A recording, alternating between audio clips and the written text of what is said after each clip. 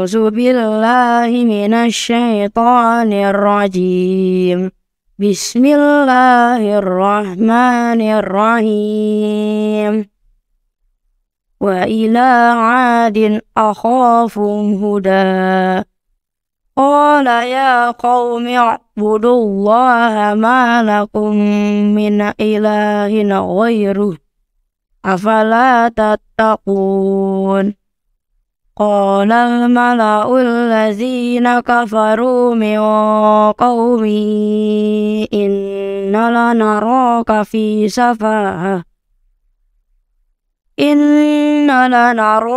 في سفاهة وإنا لنظنك من الكاذبين صدق الله العظيم.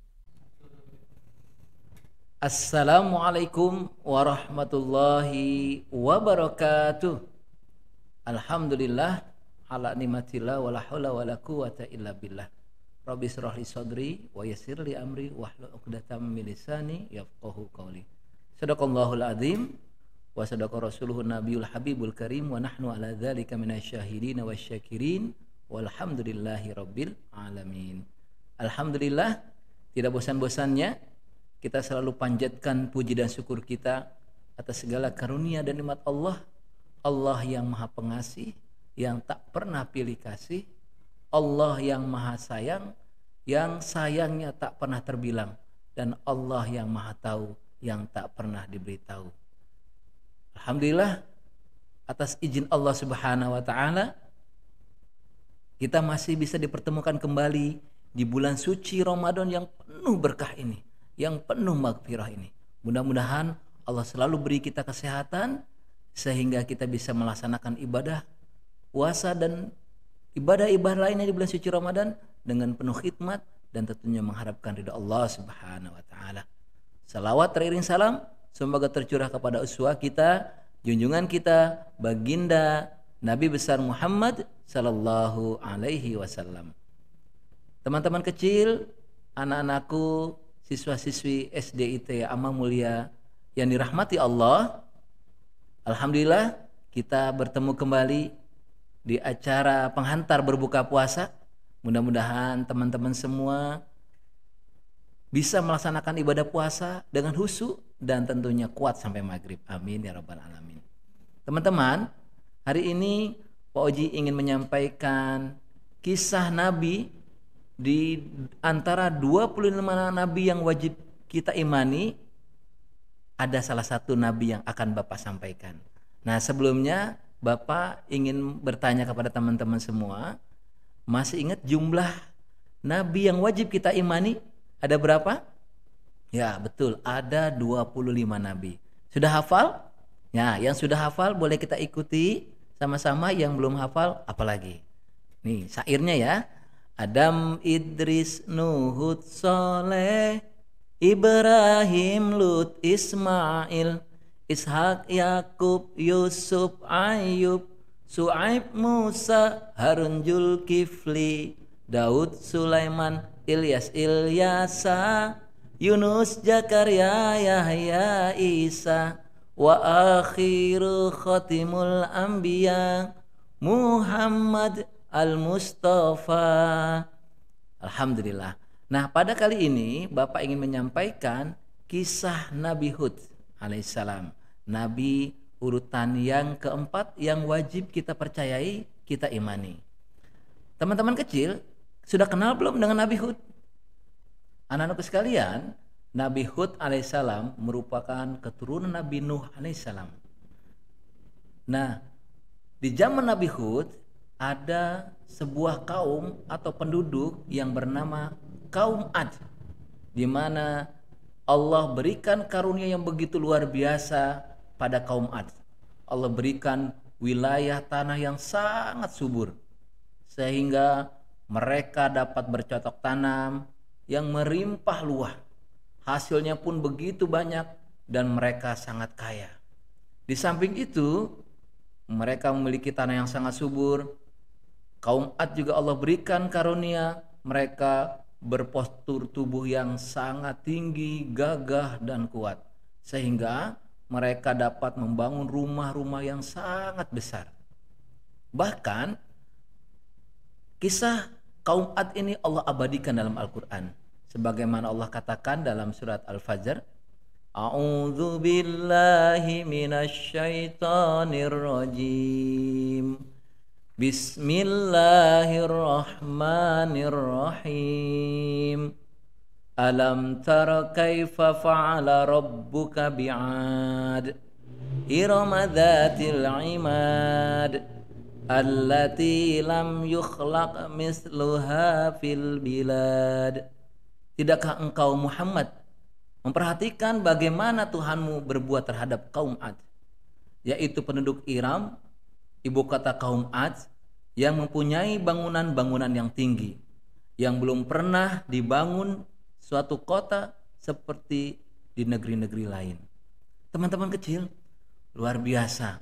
Zaman dahulu sudah ada peradaban, bagaimana mereka bisa membangun bangunan-bangunan yang sangat tinggi. Dan mereka tinggal di sebuah pegunungan yang namanya Al-Ahqaf, di mana itu berada di daerah Jazirah Arab antara Yaman dan Yordania. Nah, kalau kita ingin ke sana, itu naik pesawat, ya, kalau naik pesawat 2 jam lebih. Jaraknya 2000 km lebih. Kalau naik Gojek mungkin bisa berhari-hari kita sampai. Baik teman-teman kecil, kaum Ad ini Allah beri karunia yang begitu luar biasa. Ya, tanahnya subur, kemudian postur tubuhnya yang kuat, mereka memiliki peradaban, membangun rumah-rumah yang besar, tapi sangat disayangkan mereka tidak beriman kepada Allah Subhanahu wa taala.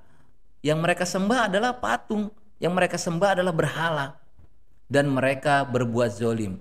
Mereka merasa paling hebat, mereka merasa paling kuat, sehingga mereka tidak pernah bersyukur kepada Allah Subhanahu wa taala. Karenanya Allah mengutus Nabi Hud alaihissalam berdakwah kepada kaum Ad untuk mengajak mereka kepada jalan yang benar, kepada jalan Allah Subhanahu wa taala. Tapi apa yang terjadi teman-teman kecil ketika Nabi Hud alaihissalam mengajak kepada mereka, mengingatkan mereka bahwa apa yang mereka dapatkan hari ini, rizki mereka, ya, kekayaan mereka itu sebenarnya datang dari Allah Subhanahu wa taala, dan mereka harus banyak bersyukur. Tapi himbauan Nabi Hud alaihissalam, ajakan Nabi Hud alaihissalam, dakwah Nabi Hud alaihissalam yang diajak dengan cara baik ditolak oleh mereka. Bahkan Nabi Hud ingin diusir, bahkan Nabi Hud dianggap pendusta, bahkan Nabi Hud dianggap hanya mencari muka. Akhirnya apa yang terjadi teman-teman kecil? Allah memberikan azab berupa tanah wilayah mereka menjadi kering.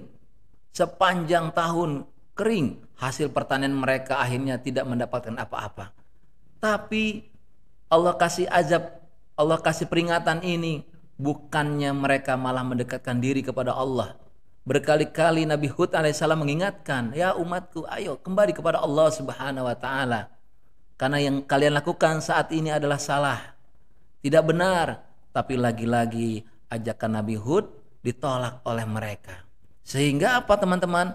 Sehingga Allah memberikan azab kembali berupa awan yang sangat hitam, gelap, ya, dan seluruh wilayahnya menjadi gelap.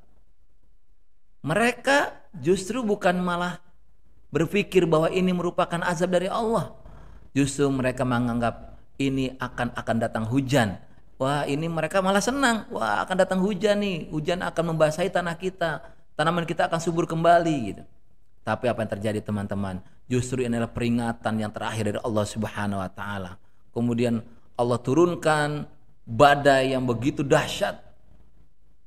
Hawa dingin, kemudian lahan-lahan mereka menjadi hancur. Semuanya hancur, tidak ada yang tersisa.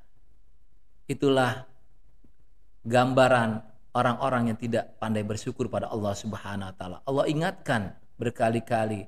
Nabi Hud alaihissalam ajak berkali-kali untuk berjalan kepada jalan yang benar, tapi mereka malah mengingkari ajakan Nabi Hud alaihissalam. Nah, teman-teman kecil, apa sih yang dapat kita ambil dari pelajaran kisah Nabi Hud alaihissalam ini terhadap kaum Ad? Yang pertama, kita harus pandai-pandai banyak bersyukur pada Allah Subhanahu wa taala. Apa kata syukur? Syukur itu artinya syukron. Apa itu syukron? Syukron itu terima kasih. Terima kasih kepada siapa? Terima kasih kepada Allah Subhanahu wa taala, yang mana hari ini Allah masih memberikan kita nikmat sehat, sehingga dengan nikmat sehat kita bisa merasakan nikmatnya berbuka puasa. Coba kalau Allah kita kasih sakit, satu saja penyakit sariawan atau sakit gigi, makanan di depan kita yang begitu lezatnya pasti tidak akan terasa nikmat kalau kita sakit gigi atau sariawan. Makanya kita harus banyak bersyukur. Jangan juga kita melupakan Allah Subhanahu wa taala. Kalau kita punya rezeki lebih, kita berbagi kepada orang-orang dekat kita, tetangga kita. Apalagi di bulan suci Ramadan yang penuh berkah ini. Kalau kita berbagi untuk berbuka puasa, maka pahalanya sama seperti orang yang berbuka. Yang kedua apa teman-teman? Pelajaran bisa kita ambil dari kisah Nabi Hud kepada kaum Ads. Kita tidak boleh sombong.